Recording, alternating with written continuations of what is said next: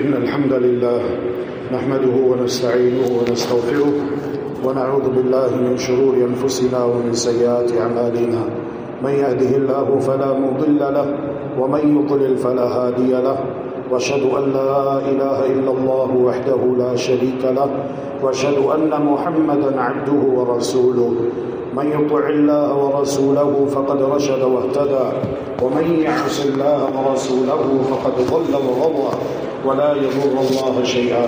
أما بعد فإن خير الحديث كتاب الله وخير الهدي هدي محمد صلى الله تعالى عليه وآله وسلم وشر الأمور محدثاتها وكل محدثة بدعة وكل بدعة ضلالة وكل ضلالة في النار.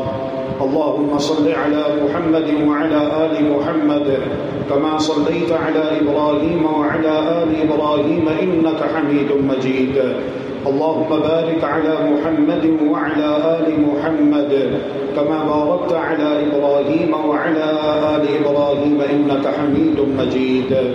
يا أيها الذين آمنوا اتقوا الله حق تقاته ولا تموتن إلا وأنتم مسلمون.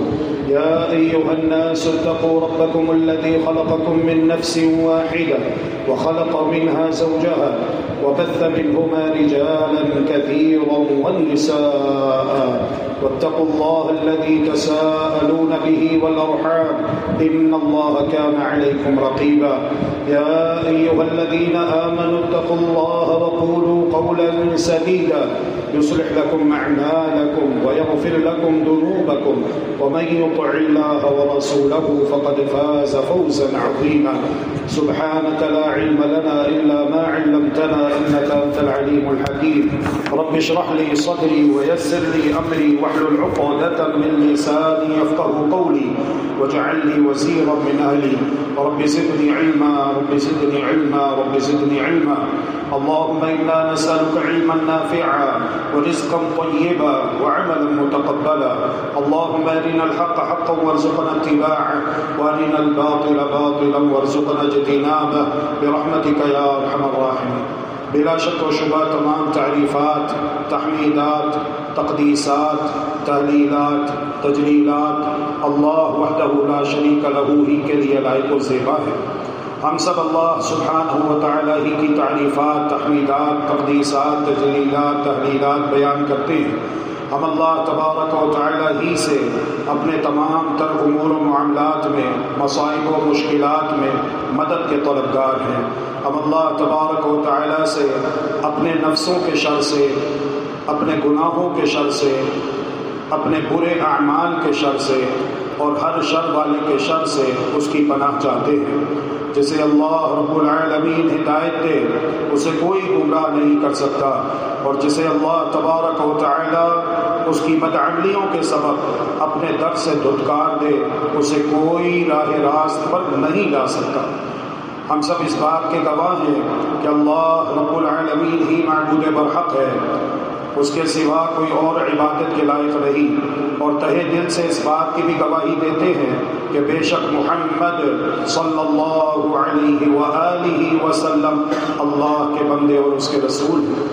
تمام کتابوں میں بہترین کتاب جسے پڑھا جائے، سمجھا جائے اور اس کے مطابق عمل کیا جائے وہ اللہ تبارک و تعالی کی نازل کردہ کتاب قرآن مجید فرقان حمید ہے.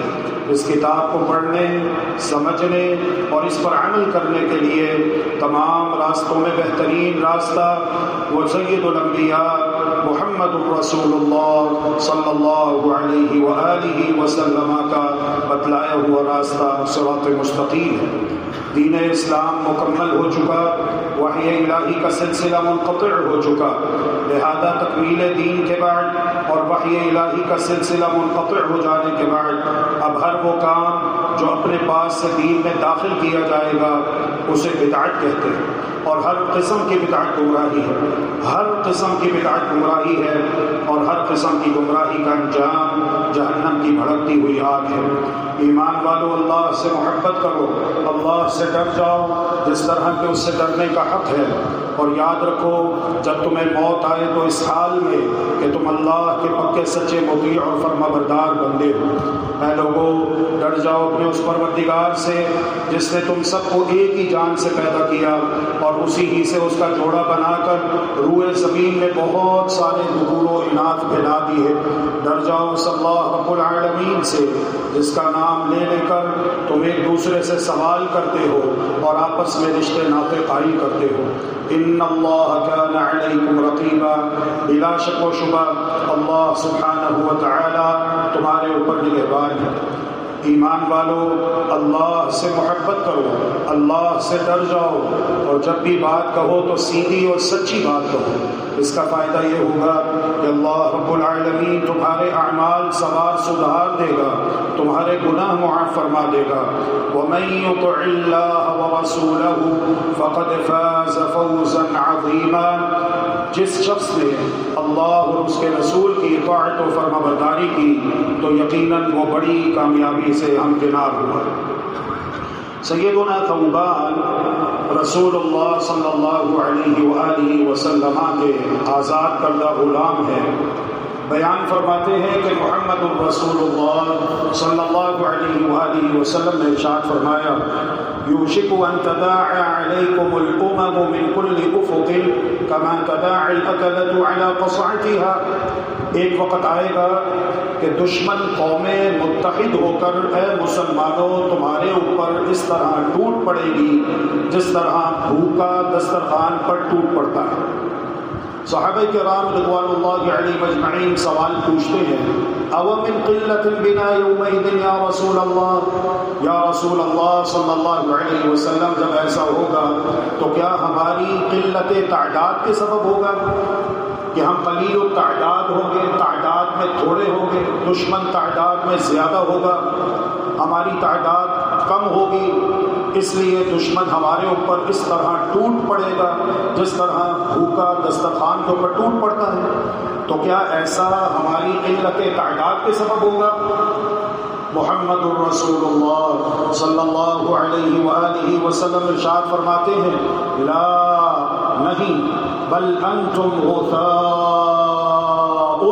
كغثاء السیل، بلکہ تم تعداد میں سمندر کی جھاگ کی مانند ہوگے، کثیر التعداد ہوگے، تمہاری تعداد بہت زیادہ ہوگی، تمہارا دشمن تمہارے مقابلے میں تعداد میں تھوڑا ہوگا، لیکن اس کے باوجود تمہارا دشمن متحد ہو کر تمہارے اوپر ٹوٹ پڑے گا۔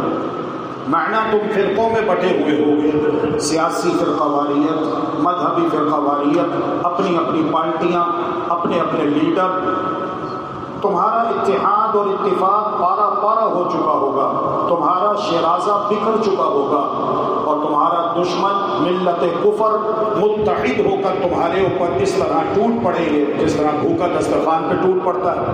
اور ایک اور بات فرمائی، وَيُنزَعُ الْمَهَابَةُ مِنْ قُلُوبِ عَدُوِّكُمْ أَوْ كَمَا قَالَ، تمہارے دشمنوں کے دل سے تمہارا ڈر، رعب، دبدبہ ختم ہو جائے گا۔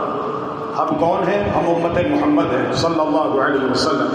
ہمارے پیارے نبی محمد صلی اللہ علیہ وآلہ وسلم ارشاد فرماتے ہیں، اعطیت خمسا لم یعطہن احد من الانبیاء قبلی، اللہ تبارک و تعالی نے مجھے 5 امتیازات سے نوازا ہے جو مجھ سے قبل کسی نبی رسول کو عطا نہیں کیے۔ ان میں سے یہ ہے، نصرت بالرعب مسیرۃ شہر، میں اپنے دشمن سے 1 ماہ کی مسافت پر ہوتا ہوں، لیکن جب دشمن کو اس بات کا علم ہوتا ہے، یہ خبر اس تک پہنچتی ہے کہ محمد آ رہے ہیں اپنے لاؤ لشکر سمیت صلی اللہ علیہ وسلم، تو میرا دشمن مرعوب ہو جاتا ہے اور میرے ساتھ مقابلے کا ارادہ ترک کر دیتا ہے، کیونکہ وہ جانتا ہے کہ محمد صلی اللہ علیہ وسلم کے ساتھ اللہ کی مدد ہے، اللہ کی نصرت ہے، اور جس کے ساتھ اللہ کی مدد ہو، اللہ کی نصرت ہو، اسے کبھی شکست نہیں دی جا سکتی۔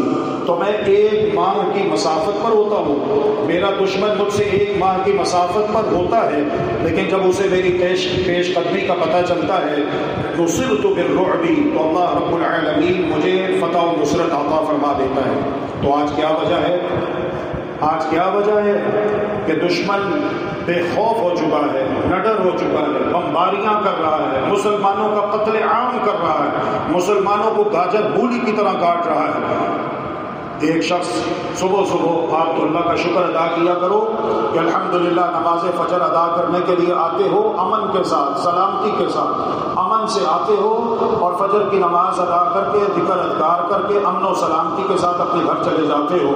لیکن اسی زمین کے اوپر ہمارے مسلمان بھائی کچھ ایسے بھی ہیں جن کے حالات یہ ہیں کہ ایک شخص کو اطلاع ملتی ہے تو وہ نوجوان بھاگتا ہے، دیکھنے والا دیکھتا ہے کہ یہ بھاگتے ہوئے کہاں جا رہا ہے، 1-1.5 منٹ کے بعد بھاگتے بھاگتے وہ ایک مسجد کے صحن میں داخل ہوتا ہے اور وہاں پر لاشیں ہی لاشیں ہیں، کسی کا بازو اڑا ہوا ہے، کسی کی دونوں ٹانگیں اڑی ہوئی ہیں، کسی کا آدھا دھڑ اڑا ہوا ہے اور وہ الٹا لیٹا ہوا ہے، ہاتھ کے اشارے کے ساتھ انگلی کا اشارہ کرتے ہوئے کہہ رہا ہے اشہد ان لا الہ الا اللہ واشہد ان محمد رسول اللہ، اور اس کے ساتھ ہی تھوڑی دیر کے بعد اس کی روح پرواز کر جاتی ہے اور وہاں پر چیخ و پکار ہے، لاشیں اٹھانے والا کوئی نہیں، زخمیوں کی امداد کرنے والا کوئی نہیں۔ تو آپ تو اللہ کا شکر ادا کیا کرو، لیکن بحیثیت مسلمان اپنے دل میں، اپنے سینے میں اس بات کی تڑپ کو جگاؤ کہ اگر ہم کچھ نہیں کر سکتے تو کم از کم ان کے لیے رو رو کر اللہ کی بارگاہ میں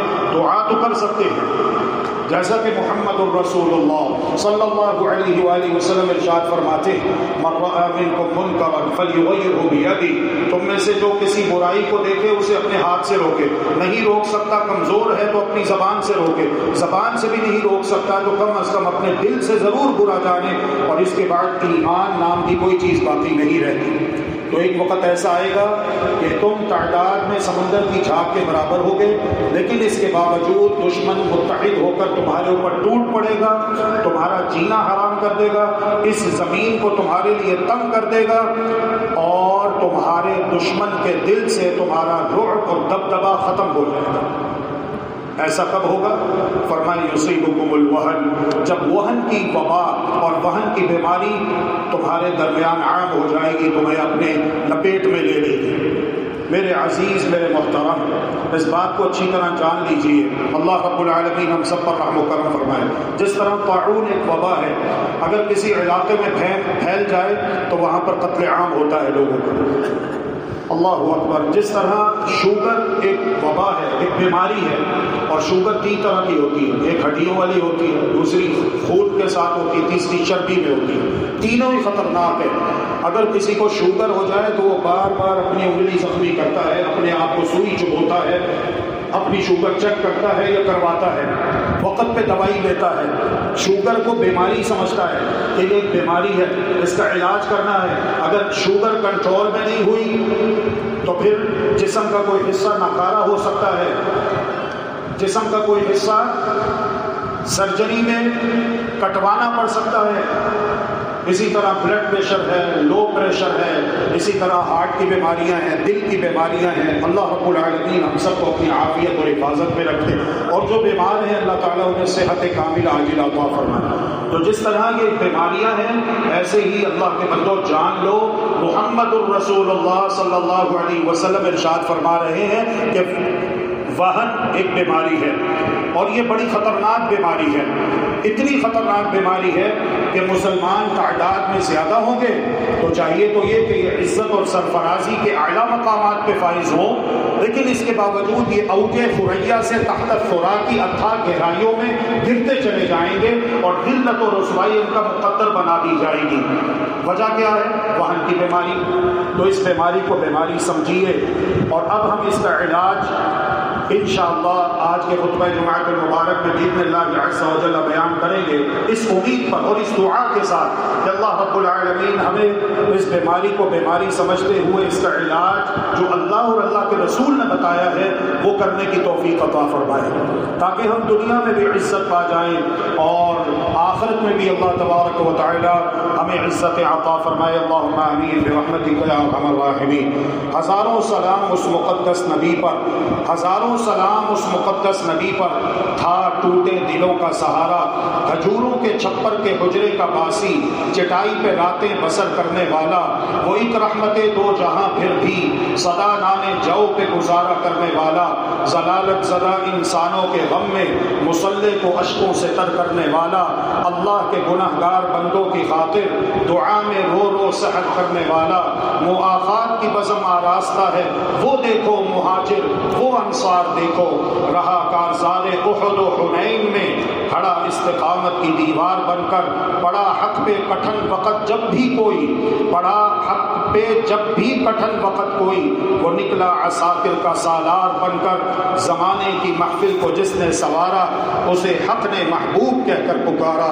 اللہم صل علی محمد وعلی آل محمد کما صلیت علی ابراہیم وعلی آل ابراہیم انک حمید مجید، اللہم بارک علی محمد وعلی آل محمد کما بارکت علی ابراہیم وعلی آل ابراہیم انک حمید مجید۔ قرآن مجید یہ صدا لگاتا ہے بل تؤثرون الحیاۃ الدنیا والآخرۃ خیر وابقیٰ، یہ بہن کا علاج بیان ہو رہا ہے۔ تم دنیا کی زندگی سے پیار کرتے ہو، تم دنیا کی زندگی سے محبت کرتے ہو، تم دنیا میں اپنا دل لگائے بیٹھے ہو، والآخرۃ خیر وابقیٰ، جبکہ آخرت بہت ہی بہتر ہے اور باقی رہنے والی ہے۔ دین اسلام اللہ رب العزت کا انسانوں کے لیے مقرر کردہ پسند فرمودہ وہ جامع اور مکمل دین ہے جو ہر زمانے میں ہر دور میں ایک ہی دین رہا ہے۔ اس دین کے بنیادی عقائد کے اندر جہاں یہ چیز شامل ہے اللہ عز و جل پر ایمان اور یقین، اللہ کے رسولوں پر ایمان اور یقین، وہیں اس دین کی بنیادی حقیقتوں کے اندر یہ چیز بھی شامل ہے کہ آخرت پر ایمان اور یقین رکھا جائے۔ سورۃ البقرہ پڑھ لیجئے، قرآن مجید کی دوسری سورت ہے۔ اعوذ باللہ من الشیطان الرجیم، بسم اللہ الرحمن الرحیم، الف لام میم، ذلک الکتاب لا ریب فیہ ھدی للمتقین الذین یؤمنون بالغیب ویقیمون الصلاة ومما رزقناہم ينفقون والذین یؤمنون بما انزل الیک وما انزل من قبلک وبالآخرۃ ہم یوقنون۔ جو متقی ہیں، پرہیزگار ہیں، جو ہدایت یافتہ ہیں، کامیاب ہیں، ان کی صفات بیان کی، ان کی صفات بیان کی، چار صفات بیان کی۔ آخری صفت کیا بیان کی؟ وَبِالْآخِرَةِ هُمْ يُوقِنُونَ، کہ وہ آخرت پر ایمان رکھتے ہیں۔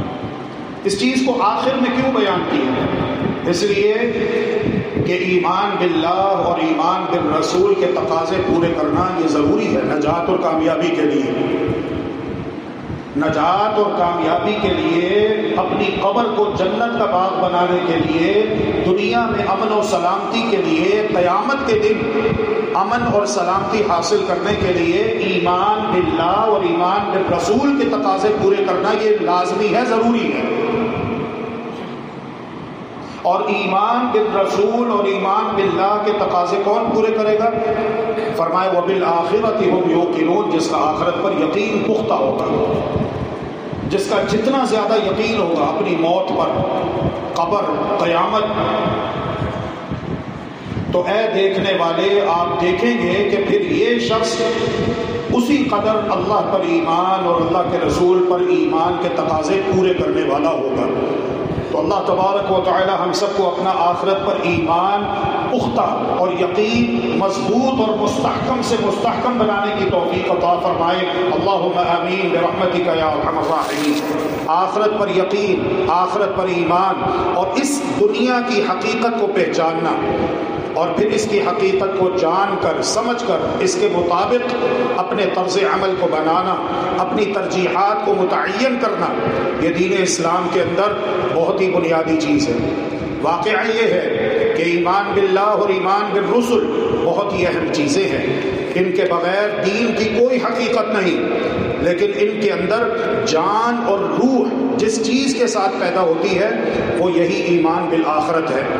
انسان کے دل میں آخرت پر یقین پیدا ہو جائے اور اس کی حقیقت اس کے سامنے آشکار ہو جائے۔ پھر ہی انسان اللہ عز و جل پر ایمان لا کر اس کا فرما بردار اور وفادار غلام بنتا ہے، رسول اللہ صلی اللہ علیہ وسلم پر ایمان لا کر ان کا سچا محب اور سچا پیروکار بنتا ہے۔ اور اگر آخرت پر یقین نہ ہو اور اس دنیا کی حقیقت کو انسان نے سمجھا نہ ہو تو اللہ عز و جل کو مانتے ہوئے بھی انسان اللہ کا نافرمان ہی رہتا ہے، کیونکہ اس کا آخرت پر ایمان نہیں، آخرت پر ایمان کمزور ہے۔ وہ کہتے ہیں اے جہان مٹھا اگلا کس ڈٹھا، ابھی تو مزے کر لو، ابھی تو اپنی مرضی کے مطابق معاملات کر لو، سیاست حکومت چمکا لو، وہ بعد میں دیکھی جائے گی، جب موت آئے گی، جب قبر میں جائیں گے پھر دیکھی جائے گی۔ اور پھر کچھ اس طرح کے من گھڑت واقعات سنا کے امت کو مطمئن کر دیا گیا کہ جی وہ ایک شخص فوت ہوا تو منکر نکیر آ گئے اور آ کے اسے قبر میں بٹھا دیا اور اس سے پوچھا من ربک، یہ کہتا ہے میں غوث پاک کا دھوبی ہوں۔ فرشتے پوچھ رہے بتا تیرا رب کون ہے، کہتا ہے میں غوث پاک کا دھوبی ہوں۔ پھر فرشتہ پوچھتا ہے من نبیک، کہتا ہے میں غوث پاک کا دھوبی ہوں۔ پھر پوچھنے والے فرشتے پوچھتے ہیں ما دینک، تیرا دین کیا ہے، کہتا ہے میں غوث پاک کا دھوبی ہوں۔ ایسے قصے بتا بتا کے اور ایسے قصے بتا بتا کے کہ جی وہ اصحاب کہف تھے غار والے جنہیں سلا دیا 309 سال، ان کے ساتھ ایک کتا بھی تھا۔ دیکھو اولیاء کرام سے محبت، اللہ اولیاء کرام سے محبت اگر ایک کتا بھی کرے تو اس کا فیض وہ کس طرح پاتا ہے کہ یہ کتا چونکہ اولیاء کرام کے ساتھ تھا، 309 سال یہ بھی اولیاء کرام کے ساتھ غار میں سویا رہا، تو قیامت کے دن اللہ تبارک و تعالی اس کتے کی شبیہ ایک کافر کے اوپر ڈالے گا، اس کافر کو کتا بنا دے گا، اس کتے کو کافر بنا کے انسان کا وجود دے دے گا، اور اولیاء کرام سے محبت کے فیض میں اسے بھی اس کتے کو انسان بنا کے اولیاء کرام کے ساتھ جنت میں داخل کر دیا جائے گا۔ بلے ہی بلے، مزے ہی مزے، دین تو بہت آسان ہو گیا بھائی، اتنے نذرانے دے دو، اتنی دریاں دے دو، اتنی مرغیاں دے دو، اتنے بوریاں دے دو، نہ نماز کی ضرورت ہے، نہ روزے کی ضرورت ہے، نہ توحید کی ضرورت ہے، نہ سنت کی ضرورت ہے، نہ جہاد کی ضرورت ہے، نہ صدقات خیرات کی ضرورت ہے، بس کوئی ولی پکڑ لو، اولیاء سے محبت کر لو، پیری مریدی کے سلسلے چمکائے ہوئے ہیں، جب پکڑا جاتا ہے تو جعلی پیر، نہ پکڑا جائے تو سارے اس کے پیچھے لگے وہ انا للہ و انا الیہ راجعون۔ تو اسی لیے ہم نے کیا کہا، اگر انسان کا آخرت پر ایمان نہ ہو تو انسان اللہ کو مانتے ہوئے بھی اللہ کا نافرمانی رہتا ہے۔ وہ اللہ کو مانتا تو ہے لیکن چونکہ اس کا آخرت پر ایمان اور یقین اس قدر مستحکم اور پختہ نہیں ہے جتنا ہونا چاہیے۔ اب ایمانداری سے بتاؤ، جب میرا اور آپ کا موت کے اوپر یقین پختہ ہو، جس طرح ہمارے پیارے نبی جناب محمد الرسول اللہ صلی اللہ علیہ وآلہ وسلم ارشاد فرماتے ہیں کن فی الدنیا کأنک غریب او عابر سبیل، دنیا میں اس طرح زندگی بسر کرو جیسے کوئی مسافر، راہگیر، اجنبی، غریب الوطن، غریب الدیار ہوتا ہے۔ اور اگر ہم دنیا میں اس طرح زندگی بسر کریں جیسا کہ راوی حدیث ابن عمر رضی اللہ عنہما بیان کرتے ہیں اذا اصبحت فلا تنتظر المساء، جب تم صبح کر لو تو شام کا انتظار نہ کرو، واذا امسيت فلا تنتظر الصباح، اور جب تم شام کر لو تو صبح کا انتظار نہ کرو۔ صبح تو نصیب ہو گئی، کیا خبر ہے، کیا علم ہے شام نصیب ہوتی ہے یا نہیں ہوتی، شام تو نصیب ہو گئی ہے، رات تو نصیب ہو گئی ہے، کیا خبر دن کا سورج دیکھنا نصیب ہوتا ہے کہ نہیں ہوتا۔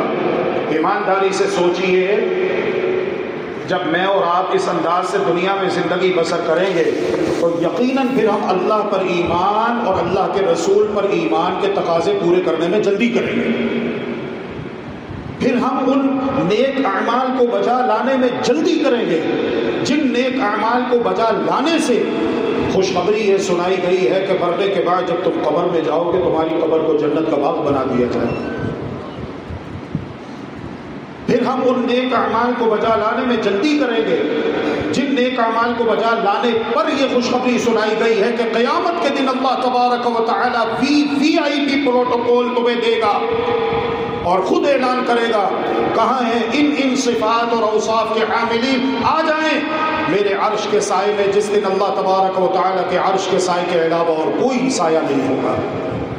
جس طرح بچہ روتا ہے چھوٹا بچہ 5 ماہ 6 ماہ کا بچہ روتا ہے، ماں سارے کام چھوڑ دیتی ہے، بھاگتی ہوئی آتی ہے، بچے کو گود میں لیتی ہے، سینے کے ساتھ لگاتی ہے، پیار کرتی ہے۔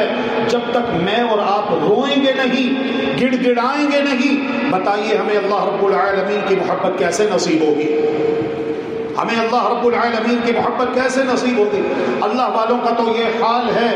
شہید ملت علامہ احسان الہی ظہیر رحمۃ اللہ علیہ پر ملتان میں پرچے ہو جاتے ہیں، ایس پی ڈی ایس پی سارے پیچھے کہ اسے تقریر نہیں کرنے دینی۔ وقت کے ایک بزرگ عالم دین کو انہوں نے کہا میرے لیے دعا کرو۔ انہوں نے کہا جب میں تقریر کروں گا مائک پر آؤں گا تب آپ نے دعا شروع کرنی ہے۔ انہوں نے مائک پر آئے، علامہ صاحب نے دعا شروع کی۔ مائک پہ انہوں نے کہا اللہ تیرا یہ بندہ رو رہا ہے، اسے چپ کروا، اللہ یہ رو رہا ہے، اسے چپ کروا۔ کیسے لوگ تھے، کیسے اللہ والے تھے، کیسے ہمارے بزرگ تھے جنہوں نے دنیا میں زندگی گزاری ہے، کیسا ان کا اللہ پر ایمان اور یقین تھا کہ ہم دنیا میں مسافر ہیں، ہم دنیا میں مسافر ہیں، عن قریب ہم نے دنیا چھوڑ کر چلے جانا ہے۔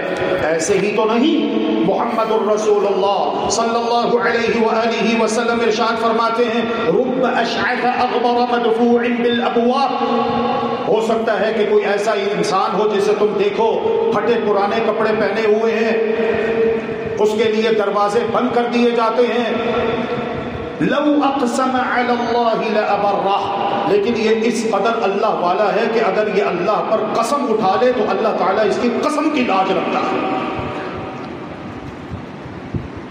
اللہ اکبر، اللہ اکبر۔ دریا تو دریا بحر ظلمات میں دوڑا دیے ہم نے گھوڑے اپنے، اللہ اکبر۔ اور وہ کمانڈر نے کہا دیکھو جا کے قتیبہ بن مسلم کہاں ہے، دنیا کے آخری کونے تک پہنچے مجاہدین کو لے کر، کہا اگر مجھے معلوم ہو کہ اس سمندر کے پار بھی اللہ کی مخلوق آباد ہے تو میں اپنے گھوڑے سمندر میں اتارنے کے لیے تیار ہوں۔ ایسا ان کا اللہ پر پختہ ایمان اور یقین تھا۔ اور کہتے ہیں جاؤ دیکھو وہ عالم دین قتیبہ بن مسلم کہاں ہے، عالم دین علماء بھی نکل رہے ہیں، اللہ اکبر، حکمران بھی نکل رہے ہیں اللہ کے دین کو سر بلند کرنے کے لیے۔ کیوں؟ اس لیے کہ الحمدللہ وہ وہن کی بیماری سے محفوظ تھے۔ وہن کی بیماری آپ سمجھ چکے ہیں نا، دنیا سے محبت اور شہادت سے نفرت، یہ بیماری ہے۔ جب یہ بیماری پھیل جائے گی، وہن کی بیماری، دنیا سے محبت عام ہو جائے گی اور شہادت سے نفرت لوگ کریں گے مسلمان، تو پھر ان کا دشمن ان کے اوپر اس طرح ٹوٹ پڑے گا جس طرح کے بھوکا دسترخوان کے اوپر ٹوٹ پڑتا ہے۔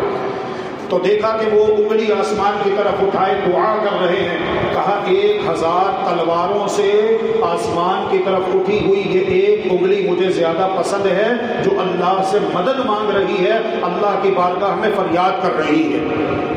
کیونکہ ان ینصرکم اللہ فلا غالب لکم، اگر اللہ تمہاری مدد کرے تو تمہیں کوئی ہرا نہیں سکتا، تمہیں کوئی شکست نہیں دے سکتا۔ وَإِن يَخْذُلْكُمْ فَمَنْ ذَا الَّذِي يَنصُرُكُمْ مِنْ بَعْدِهِ، اور اگر اللہ تبارک و تعالی تمہیں بے یار و مددگار چھوڑ دے تو بتاؤ پھر اللہ رب العالمین کے بعد تمہاری مدد کرنے والا اور کون ہے؟ اس لیے حقیقت یہ ہے کہ جو چیز انسان کو بالکل بدل دیتی ہے اور اس کی شخصیت کو بالکل ایک دوسرا رنگ دے دیتی ہے وہ یہی چیز ہے کہ انسان اس دنیا کی حقیقت جان لے اور اسے آخرت کا علم ہو جائے اور آخرت کا یقین ہو جائے۔ محمد الرسول اللہ صلی اللہ علیہ وآلہ وسلم نے اپنی دعوتی اور تعلیمی اور تربیتی زندگی کے اندر اس چیز کو بڑی اہمیت دی ہے۔ آخرت پر یقین اور ایمان لوگوں کے دلوں میں پیدا کیا، آخرت کا شوق انہیں دلایا اور دنیا کی حقیقت انہیں سمجھائی ہے۔ آج جناب محمد الرسول اللہ صلی اللہ علیہ وسلم نے اپنے عمل سے یہ چیز واضح فرمائی اور لوگوں کو مختلف طریقوں سے یہ بات واضح کر کے بتائی۔ ان کے قلوب و اذہان میں رسول اکرم صلی اللہ علیہ وآلہ وسلم نے اس بات کو جاگزی کیا کہ دنیا کے لوگوں کو اس دنیا کی قدر و قیمت معلوم ہو جائے.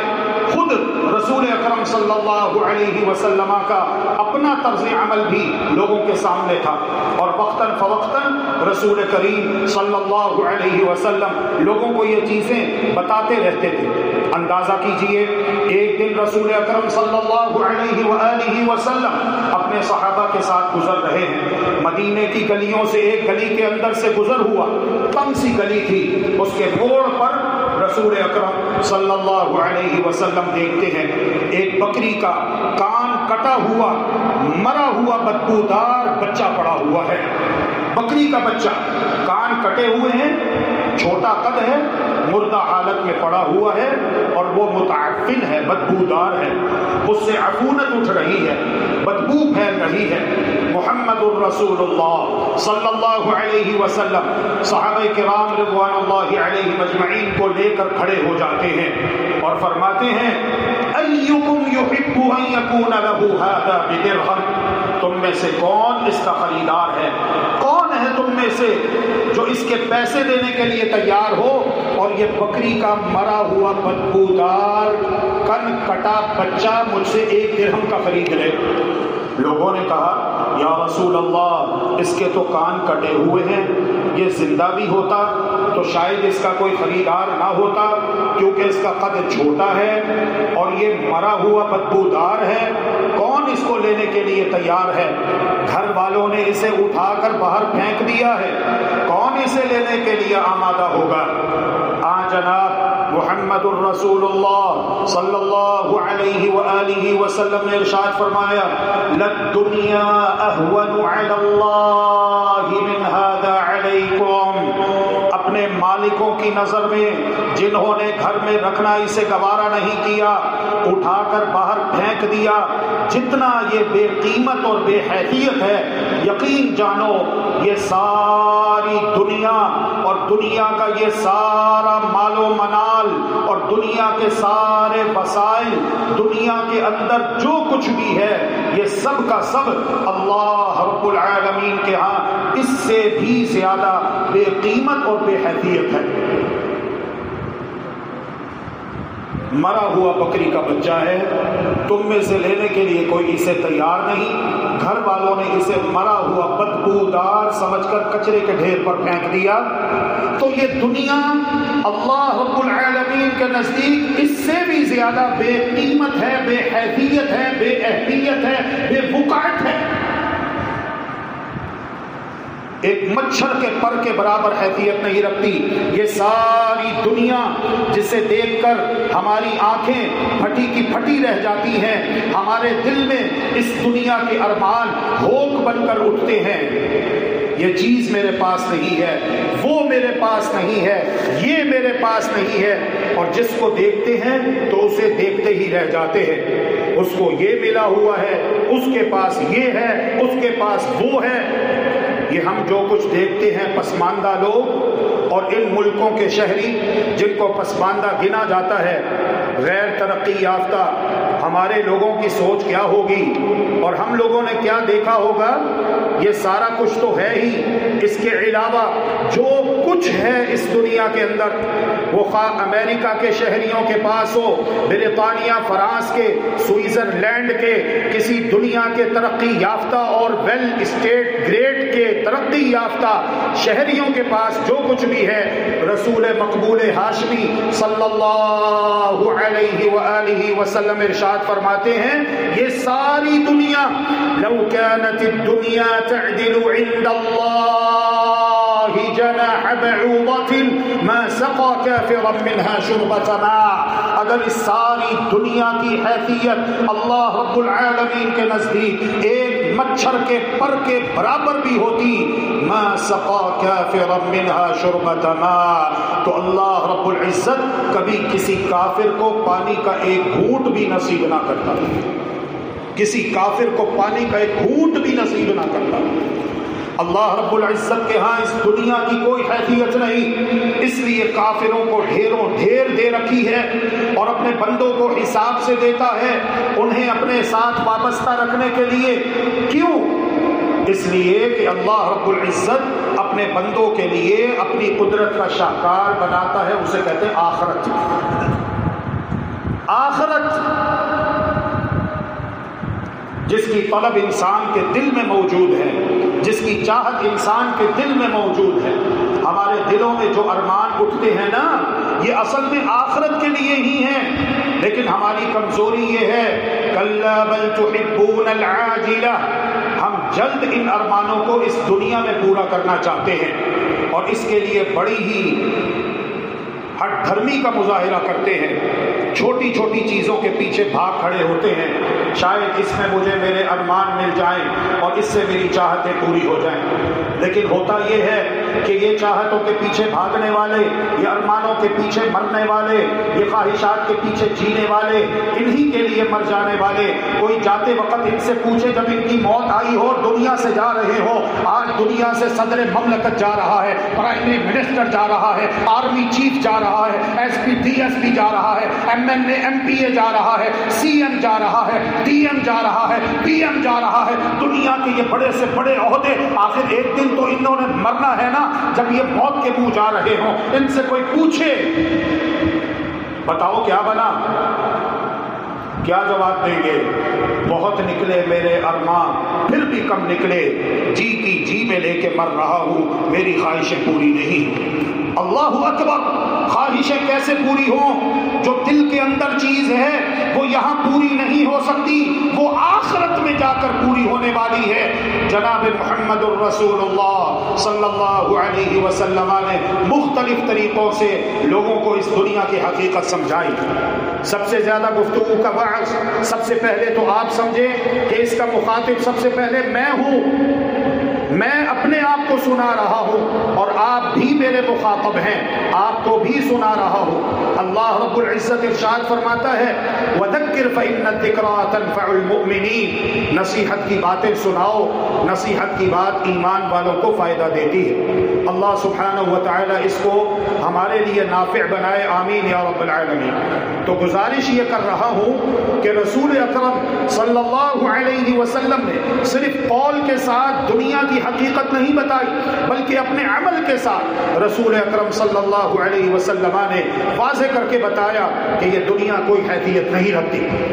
آپ کو معلوم ہے جب مکی دور میں رسول اکرم صلی اللہ علیہ وسلم کے سامنے یہ پیشکش کی گئی، قریش کا وفد آیا اور انہوں نے ابو طالب کو بھیجا، کہا جاؤ اپنے بھتیجے سے جا کر کہو جس دین کی دعوت دے رہے ہیں، جو تحریک برپا کرنا چاہتے ہیں، جو یہ کام کر رہے ہیں، اس سے دستکش ہو جائیں، جو ان کا مطالبہ ہے ہم پورا کرنے کے لیے تیار ہیں، جو چاہتے ہیں کوئی پیسہ روپیہ، حکومت، سرداری، کوئی رشتہ، کوئی بیوی، کوئی بھی چیز جو یہ چاہتے ہیں ہم پوری کرنے کے لیے تیار ہیں، ہماری طرف سے جا کر انہیں پیشکش کرو، کھلی پیشکش ہے، کھلی آفر ہے، آپ ان کے سامنے رکھیں، جو یہ چاہتے ہیں ہم پورا کرنے کے لیے تیار ہیں۔ ابو طالب آئے اور بڑے ہی ڈھیلے سے انداز میں بات کی کہ نبی رحمت، نبی کائنات، نبی مہربان صلی اللہ علیہ وآلہ وسلم کا دل پسیج جائے، کہنے لگے بھتیجے میں بوڑھا ہو گیا ہوں، بھتیجے میں بوڑھا ہو گیا ہوں، میری ہڈیاں اب چٹکنے لگی ہیں، میں ساری قوم کی مخالفت اکیلا برداشت نہیں کر سکتا، بھتیجے اس عمر میں میرے سر پہ ایسا بوجھ نہ ڈال جس کو میں برداشت نہ کر سکوں، تیری قوم کے لوگ یہ چاہتے ہیں کہ تو ان کے ساتھ مصالحت کر لے اور یہ جو دعوت تو دے رہا ہے اس دعوت سے دستبردار ہو جا۔ محمد الرسول اللہ صلی اللہ علیہ وسلم کی آنکھیں آنسوؤں میں ڈوب جاتی ہیں اور آپ روتے ہوئے ارشاد فرماتے ہیں یہ لوگ زمین کے خزانے میرے قدموں میں لا ڈھیر کرنے کی بات تو کر ہی رہے ہیں، واللہ لو وضعوا الشمس فی یمینی والقمر فی یساری، اگر یہ لوگ آسمان سے سورج لا کر میرے ایک ہاتھ پر رکھ دیں اور دوسرے ہاتھ پر چاند لا کر رکھ دیں، تب بھی میں اللہ کی توحید کی بات کرنے سے پیچھے ہٹنے والا نہیں، میں اللہ کے دین کی دعوت دینے سے دستبردار ہونے والا نہیں ہوں۔ چچا ابو طالب بڑا متاثر ہوئے، کہا ٹھیک ہے بھتیجے جاؤ، جب تک میں زندہ ہوں اگرچہ کہ کمزور ہو چکا ہوں، کوئی تمہیں بری نظر سے دیکھنے کی جرت بھی نہیں کرے گا۔ دنیا کی بڑی سے بڑی پیشکش کو پاؤں کی ٹھوکر سے ٹھکرا دیا، حقارت سے ٹھکرا دیا، میرے سامنے یہ کوئی چیز نہیں۔ اللہ اکبر۔ یہ بھی ایک موقع تھا مدینہ منورہ میں بیویوں کی طرف سے جب کئی سارے مسائل پیدا ہوئے، اللہ رب العزت نے اس موقع پر انہیں جھنجھوڑا۔ نبی کریم صلی اللہ علیہ وسلم نے ان کے مطالبات سے آزردہ ہو کر قسم کھا لی کہ میں مہینہ بھر ان کے پاس نہیں جاؤں گا، ان کے پاس جا کے بیٹھوں گا نہیں۔ انہوں نے کیا مطالبے شروع کر دیے ہیں، کبھی کچھ مانگ رہی ہیں، کبھی کچھ مانگ رہی ہیں، کبھی کچھ مانگ رہی ہیں۔ تو نبی کریم صلی اللہ علیہ وسلم نے قسم کھا کر اوپر بالا خانے میں علیحدگی اختیار کر لی۔ افواہیں اڑ گئی، یہ ہو گیا وہ ہو گیا۔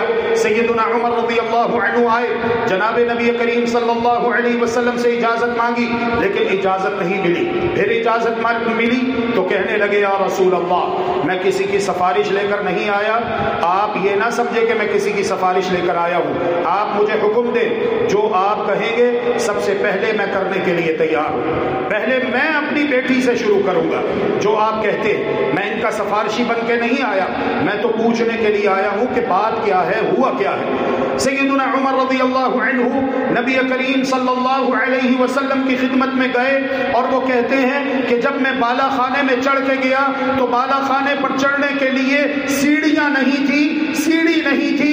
سرور دو عالم صلی اللہ علیہ وسلم کے چبارے پر چڑھنے کے لیے سیڑھی کا کام جس چیز سے لیا جاتا تھا وہ کھجور کا رکھا ہوا ایک تنا تھا، جس کی ٹہنیاں آدھی آدھی کاٹی ہوتی ہیں، ان کو پکڑ کر نبی کریم صلی اللہ علیہ وسلم اوپر چڑھ جاتے اور نیچے اتر جاتے تھے۔ یہ تھا رسول اکرم صلی اللہ علیہ وسلم کا بالا خانہ جس میں آپ تشریف فرما تھے۔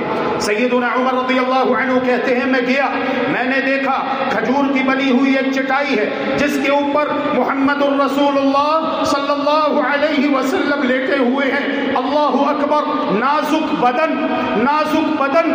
سیدنا انس رضی اللہ عنہ کہتے ہیں اللہ کی قسم میں نے کبھی کوئی ریشم ایسا نہیں دیکھا جو اتنا نازک اور اتنا نرم اور اتنا ملائم ہو جتنا اللہ کے نبی محمد صلی اللہ علیہ وسلم کے ہاتھ نرم اور ملائم تھے۔ نازک بدن، ریشم سے زیادہ نرم اور نازک، کھجور کی چٹائی کے اوپر لیٹے ہوئے ہیں۔ کھجور کی چٹائی کے نشانات نبی کریم صلی اللہ علیہ وسلم کے جسم پر نمایاں ہیں۔ سیدنا عمر رضی اللہ عنہ کہتے ہیں میں آپ کے بالا خانے کا منظر دیکھتا ہوں، اللہ اکبر، نبی کریم صلی اللہ علیہ وسلم کے سر کے اوپر ایک چمڑا دکھائی دیا، آدھا پکا اور آدھا کچا۔ چمڑا پکانے کا مسالہ، پتے، کیکر وغیرہ، اس میں کچھ اور چیز ملا کر چمڑے کو رنگتے تھے۔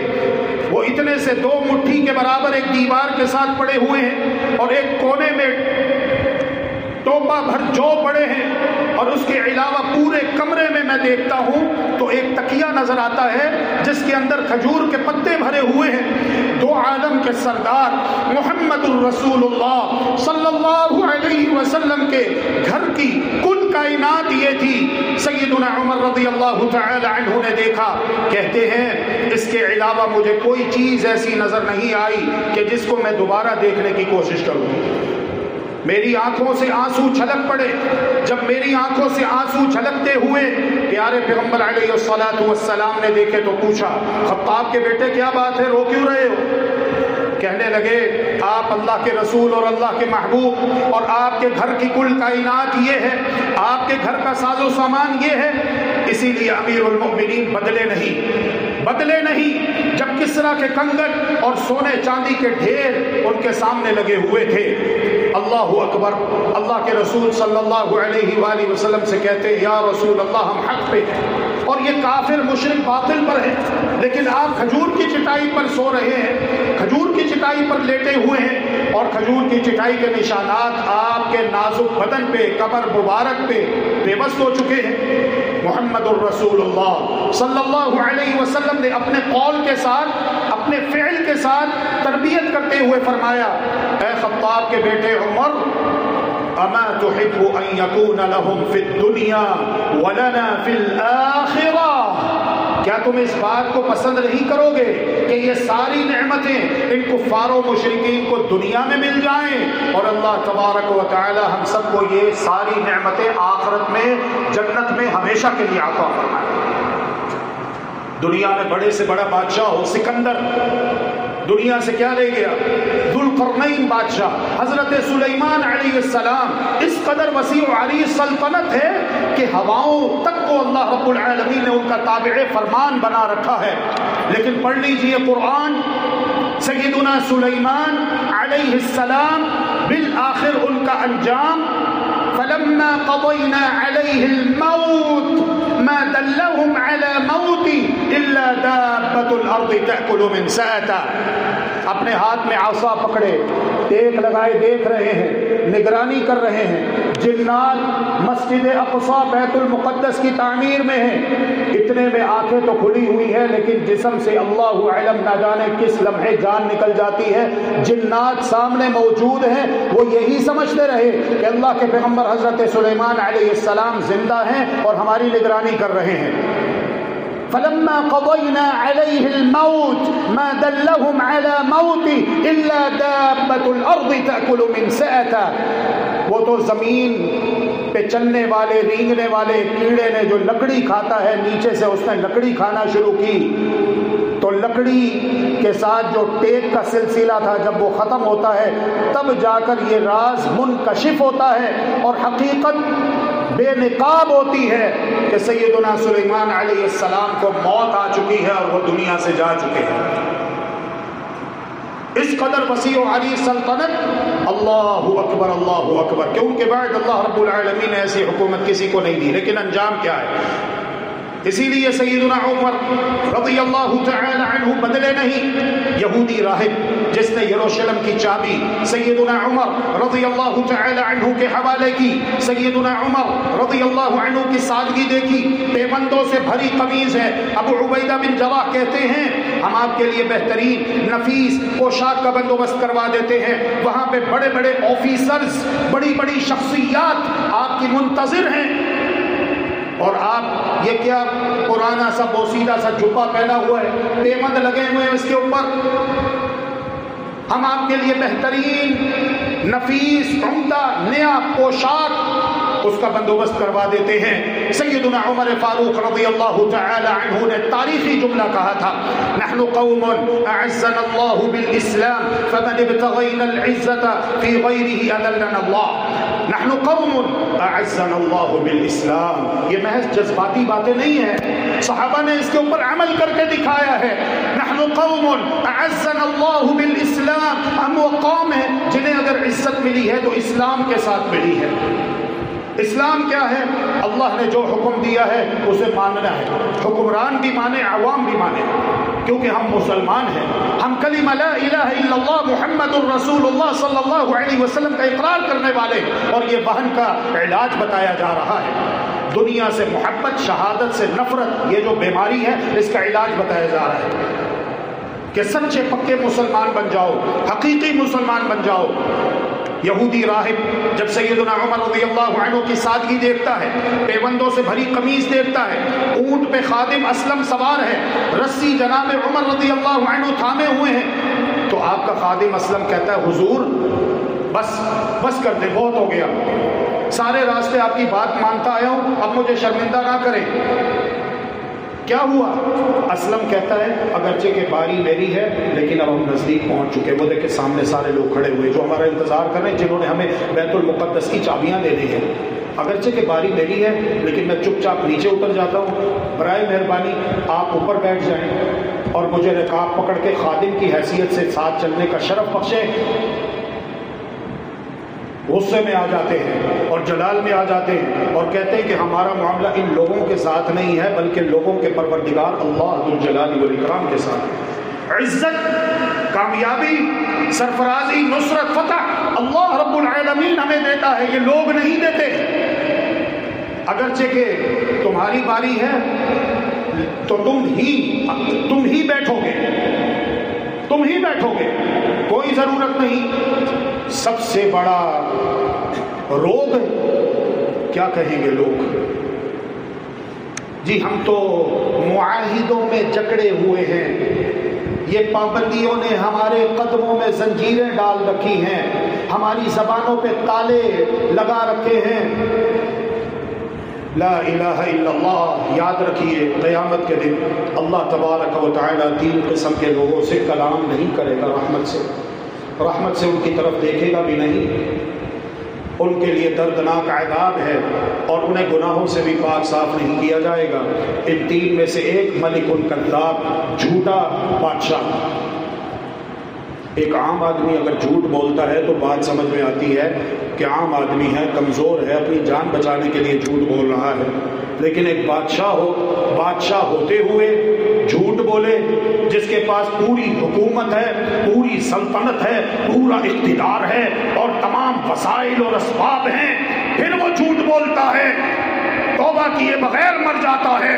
قیامت کے دن اللہ تبارک و تعالی رحمت سے اس کی طرف دیکھے گا نہیں، اسے گناہوں سے پاک صاف نہیں کیا جائے گا. اور اس کے لیے دردناک عذاب ہے کہ تو پاور میں تھا، طاقت میں تھا، پھر تو نے جھوٹ کیوں بولا، پھر تو نے کمزوری کیوں دکھائی، پھر تو بزدلی کا شکار کیوں ہوا. اور جسے قیامت کے دن اللہ تبارک و تعالی نے اپنے در سے دھتکار دیا تو وہ کس کے پاس رہے گا؟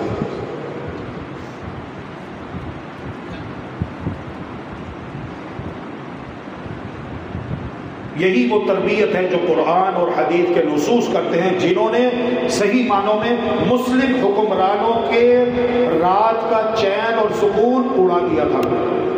وہ رات کو اٹھ کر گلیوں میں گشت کیا کرتے تھے. شاید کوئی ضرورت مند ہو، کوئی محتاج ہو، کسی کو رات کی ان تاریکیوں میں، ان تنہائیوں میں مدد کی ضرورت ہو، اور کہا کرتے تھے کہ اگر دریائے فرات کے کنارے ایک کتا یا بکری بھی پیاس سے نڈھال بے حال بھوک سے تڑپ کر مر جائے تو ہم ڈرتے ہیں قیامت کے دن اللہ رب العالمین ہمیں اپنی بارگاہ میں کھڑا کر کے پوچھ نہ لے کہ بتاؤ تمہاری حکومت میں اگر ایک جانور بھی مرا تو کیوں مرا؟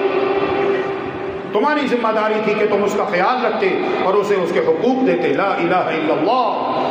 تو یہودی راہب نے جب سیدنا عمر رضی اللہ عنہ کی یہ ساری سادگی دیکھی تو بے اختیار اس کے منہ سے تاریخی جملہ نکلا: There cannot be any religion greater than Islam in this world. اس دنیا میں سب سے زیادہ سچا سچا کھرا دین کوئی ہے تو وہ اسلام ہے. اسلام کہاں ہے صلاح الدین ایوبی جس نے کہا میرے لیے ہنسنا حرام جب تک بیت المقدس فتح نہیں ہو جاتا؟ اور تاریخ گواہ ہے اس اللہ کے شیر کے منہ سے نکلی ہوئی یہ بات اللہ کو اتنی پسند آئی، لوگوں نے پھر صلاح الدین ایوبی کو کبھی ہنستے ہوئے نہیں دیکھا. صلاح الدین ایوبی ہنسا تو اس دن جس دن بیت المقدس فتح ہوا اور مسلمانوں کے ہاتھ میں بیت المقدس کی چابی آئی اور صلاح الدین ایوبی نے اللہ کی بارگاہ میں سجدہ شکر ادا کیا، پھر لوگوں نے دیکھا کہ صلاح الدین ایوبی ہنس رہا ہے اور اللہ کا شکریہ ادا کرتے ہوئے شکریہ کے کلمات ادا کر رہا ہے. یہودی راہب پکار اٹھا محمد الرسول اللہ صلی اللہ علیہ وسلم. ایک بار گدا بچھایا، نیند گہری آ گئی. محمد الرسول اللہ صلی اللہ علیہ وسلم فرماتے ہیں یہ نرم گدا اٹھا لو، مجھے یہ گدا نہیں چاہیے، مجھے 2 پلے کا کھیس دے دو. اللہ اکبر، یہ جھولتے ہوئے بیڈ نہیں چاہیے، فرانس کی ٹیکنالوجی جرمنی کا بنا ہوا ہے، 5 لاکھ کا لیا ہے. تپتی ہوئی دوپہر کے وقت بیٹھے بیٹھے تھوڑی دیر سستا لیتے اور فرماتے مالی ولی دنیا، مجھے دنیا سے کیا لینا دینا. انما انا کراکب استظل تحت شجرۃ ثم راح وترکها. میری مثال تو اس مسافر کی ہے جو دوپہر کے وقت سفر کرتے ہوئے گزرتا ہے، تھکاوٹ دور کرنے کے لیے کسی سایہ دار درخت کے ساتھ ٹیک لگا کے بیٹھ جاتا ہے، لیٹنے کی بھی زحمت گوارا نہیں کرتا، بیٹھے بیٹھے تھوڑی دیر سستا لیتا ہے اور اس کے بعد آگے اپنی منزل کی طرف رواں دواں ہو جاتا ہے. تو ہم سب کو یہ سمجھنا چاہیے اور اپنا یہ عقیدہ بنانا چاہیے میرے محترم بھائیوں، بزرگوں، واجب الاحترام ماؤں اور بہنوں، کہ میں اور آپ ہم سب اس دنیا میں کیا ہیں؟ مسافر. یہ دنیا مسافر خانہ ہے، دنیا جی لگانے کی جگہ نہیں. ہماری اصل منزل انشاءاللہ جنت ہے، جنت الفردوس ہے انشاءاللہ. تو ہم سب نے دنیا میں مسافر کی حیثیت سے زندگی گزارنی ہے اور دنیا کی حقیقت کو جان کر زندگی گزارنی ہے اور دنیا کو اتنی اہمیت دینی ہے جتنی اہمیت کی یہ لائق ہے. جس قدر اہمیت کی یہ مستحق ہے، اور آخرت کو اتنی اہمیت دینی ہے جو اس کی قیمت ہے، جو اللہ اور اس کے رسول صلی اللہ علیہ وآلہ وسلم نے بیان کی ہے۔ اسی لیے صحابہ کرام رضوان اللہ علیہم اجمعین آخرت کے لیے بڑی سے بڑی قربانی پیش کرنے سے بھی دریغ نہیں کرتے تھے۔ آج جو چیزیں ہمارے پاؤں کی زنجیریں بن جاتی ہیں، ان کے سامنے یہ چیزیں کوئی حیثیت نہیں رکھتی تھی، ایک لمحے کے اندر وہ اس چیز کی قربانی دے دیا کرتے تھے۔ عبداللہ بن عمرو بن عاص رضی اللہ عنہما اپنی بوسیدہ جھونپڑی خس و خاشاک جمع کر کے اس کی مرمت کر رہے ہیں۔ اللہ کے رسول صلی اللہ علیہ وسلم کا وہاں سے گزر ہوا تو فرمایا ان الامر اعجل من ذلك، عبداللہ بڑے لمبے سامان کر رہے ہو، بڑے لمبے سامان کر رہے ہو، اس سے پہلے موت آ جائے گی۔ بڑے سے بڑے شاندار بنگلے بنا لو، جزیرے بنا لو، بینک بیلنس اربوں خربوں ڈالر کے اوپر بنا لو، بڑھا لو، لیکن یاد رکھو جب موت آئے گی سب یہی رہ جائے گا۔ کفن کی 3 سادہ چادریں ہوتی ہیں، جیب کوئی نہیں ہوتی۔ اور محمد الرسول اللہ صلی اللہ علیہ وسلم فرماتے ہیں گھر والے بھی یہی، مال بھی یہی، عمل ساتھ جاتا ہے۔ اللہ رب العزت مجھے اور آپ کو عمل اچھے کرنے کی توفیق عطا فرمائے، تاکہ مرنے کے بعد جب قبر میں جائیں تو اللہ کی رحمت سے ہماری قبر کو ہمارے لیے جنت کا باغ بنا دیا جائے۔ اللہم آمین برحمتک یا ارحم الراحمین۔ آج اللہ اکبر، سعید بن مسیب مدینہ کے گورنر ولید بن عبد الملک سے کہتے ہیں جب انہوں نے مسجد نبوی کی توسیع کا ارادہ کیا، اور مسجد نبوی کی توسیع کرنے کے لیے جو نبی مکرم صلی اللہ علیہ وسلم کے حجرے تھے، جو آپ کے مبارک گھر تھے جن میں آپ اپنے لیل و نہار شب و روز بسر کرتے اپنی ازواج مطہرات کے ساتھ، تو آپ کے ان حجروں کو مسجد نبوی میں شامل کرنے کا ارادہ کیا۔ تو سعید بن مسیب جو مدینہ مسجد نبوی کے بہت بڑے عالم تھے، انہوں نے مدینہ کے گورنر کو منع کیا اور کہا ان حجروں کو مت گراؤ، ان کو رہنے دو، تاکہ امت دیکھے کہ ان کے نبی دنیا میں کتنی سادہ زندگی گزار کر گئے۔ آج 8 کنال کے گھروں میں ہمارا گزارا نہیں، کوئی فنکشن ہو تو وہ بھی گھر کے اندر ہی ہو جائے، لیکن محمد الرسول اللہ صلی اللہ علیہ وسلم کے گھر کا عالم یہ ہے۔ سیدہ فرماتی ہیں جب میں کھڑی ہوتی تو میرا سر چھت کو لگتا، اور اللہ کے رسول صلی اللہ علیہ وسلم رات کو تہجد کی نماز پڑھنے کے لیے کھڑے ہوتے تو میں اپنی ٹانگیں پھیلا دیتی، اور جب آپ نے سجدے میں جانا ہوتا تو آپ مجھے اشارہ کرتے تو میں اپنی ٹانگیں سمیٹ لیتی۔ محمد الرسول اللہ صلی اللہ علیہ وآلہ وسلم نے اس قدر دنیا میں سادہ زندگی گزاری ہے، اور ہمیں بھی یہی پیغام دے کر گئے ہیں کہ امت کی فوز و فلاح کا، ترقی اور کامیابی کا راز یہی ہے کہ امت اپنی دنیا کو بہتر بنانے کے لیے نہیں بلکہ اپنی آخرت کو بہتر بنانے کے لیے زندگی گزارے، اور زندگی گزارے اس عقیدے اور منہج پر جو اللہ رب العالمین نے قرآن مجید میں بیان کیا ہے، اور رسول اکرم صلی اللہ علیہ وسلم نے اپنے قول اور عمل کے ساتھ اسے اپنی امت کے سامنے پیش فرمایا ہے۔ سبحان ربک رب العزت عما یصفون وسلام علی المرسلین والحمد للہ رب العالمین۔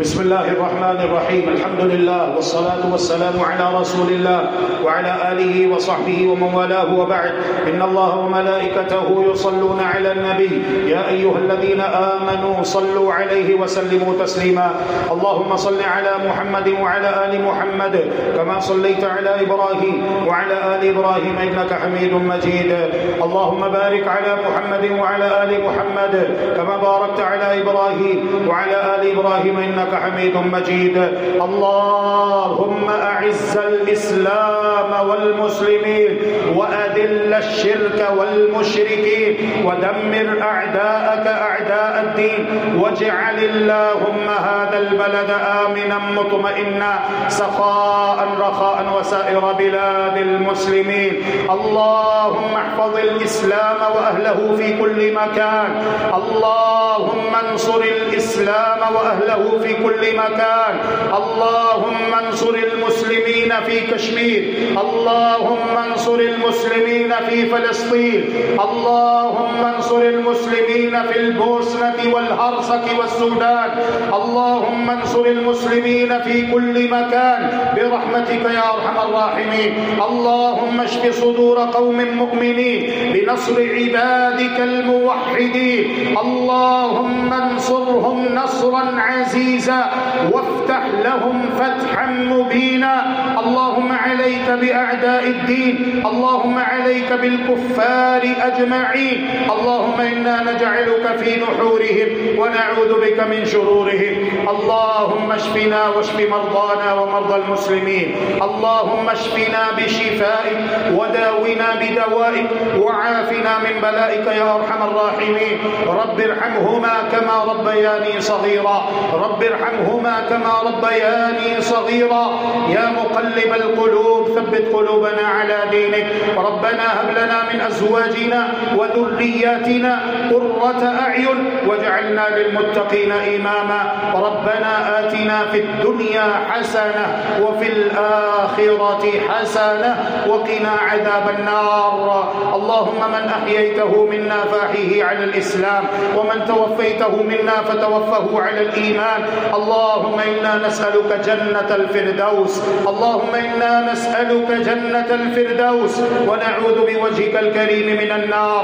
اللهم إنا نعوذ بك من عذاب القبر، اللهم إنا نعوذ بك من عذاب القبر ونعوذ بك من عذاب جهنم ونعوذ بك من فتنة المسيح الدجال ونعوذ بك من فتنة المحيا والممات.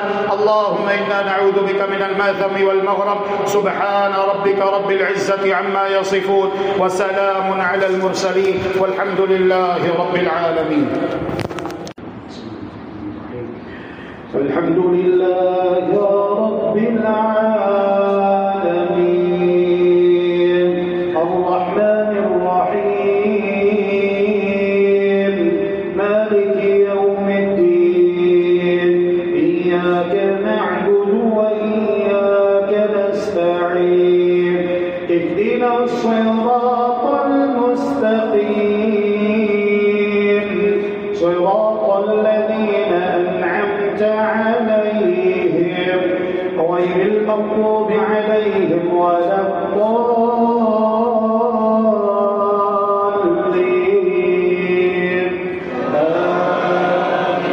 آمين. سبح اسم ربك الأعلى الذي خلق فسوى والذي قدر فهدى والذي أخرج المرعى فجعله غثاء أحوى. سنقرئك فلا تنسى إلا ما شاء الله إنه يعلم الجهر وما يخفى ونيسرك لليسرى فذكر إن نفعت الذكرى. سيذكر من يخشى ويتجنبها الأشقى الذي يصلى النار الكبرى ثم لا يموت فيها ولا يحيا. قد أفلح من تزكى وذكر اسم ربه فصلى. بل تؤثرون الحياة الدنيا والآخرة خير وأبقى. إن هذا لفي الصحف الأولى صحف إبراهيم وموسى. بسم الله الرحمن الرحيم الحمد لله رب العالمين الرحمن الرحيم مالك يوم الدين إياك نعبد وإياك نستعين اهدنا الصراط المستقيم صراط الذين أنعمت عليهم غير المغضوب عليهم ولا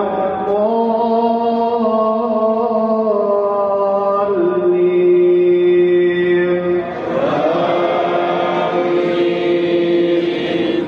هل أتاك حديث الغاشية وجوه يومئذ خاشعة عاملة ناصبة تصلى نارا حامية تسقى من عين آنية ليس لهم طعام إلا من ضريع